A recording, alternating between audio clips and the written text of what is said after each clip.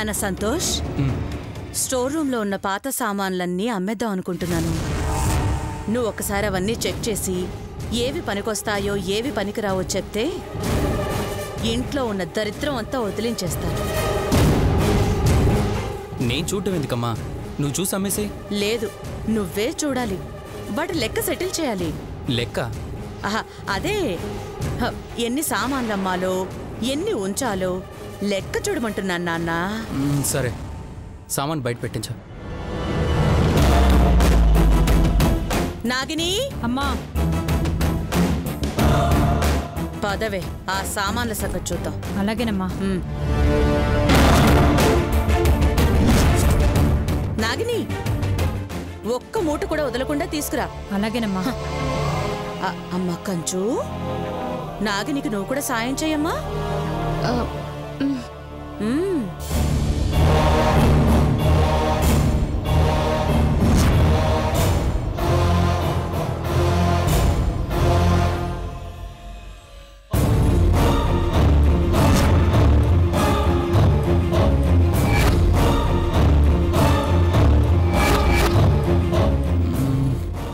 ఇందులో ఏమీ అక్కర్లేదమ్మా.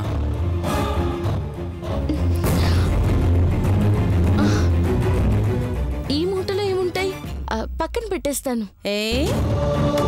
నీకు కావలసినవి గాని నీకు సంబంధించినవి గాని ఏమైనా ఉన్నాయా? లేవు లేవు. మరైతే టెన్షన్ ఎందుకు? మూట విప్పి చూడు నాన్నా.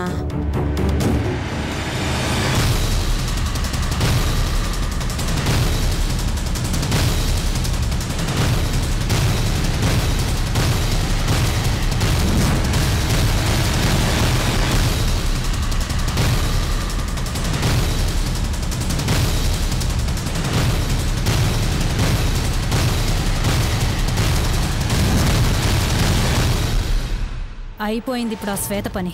సంతోష్ మూట తీస్తాడు, శ్వేతని చూస్తాడు, కంచుని బయటికి గెంటేస్తాడు.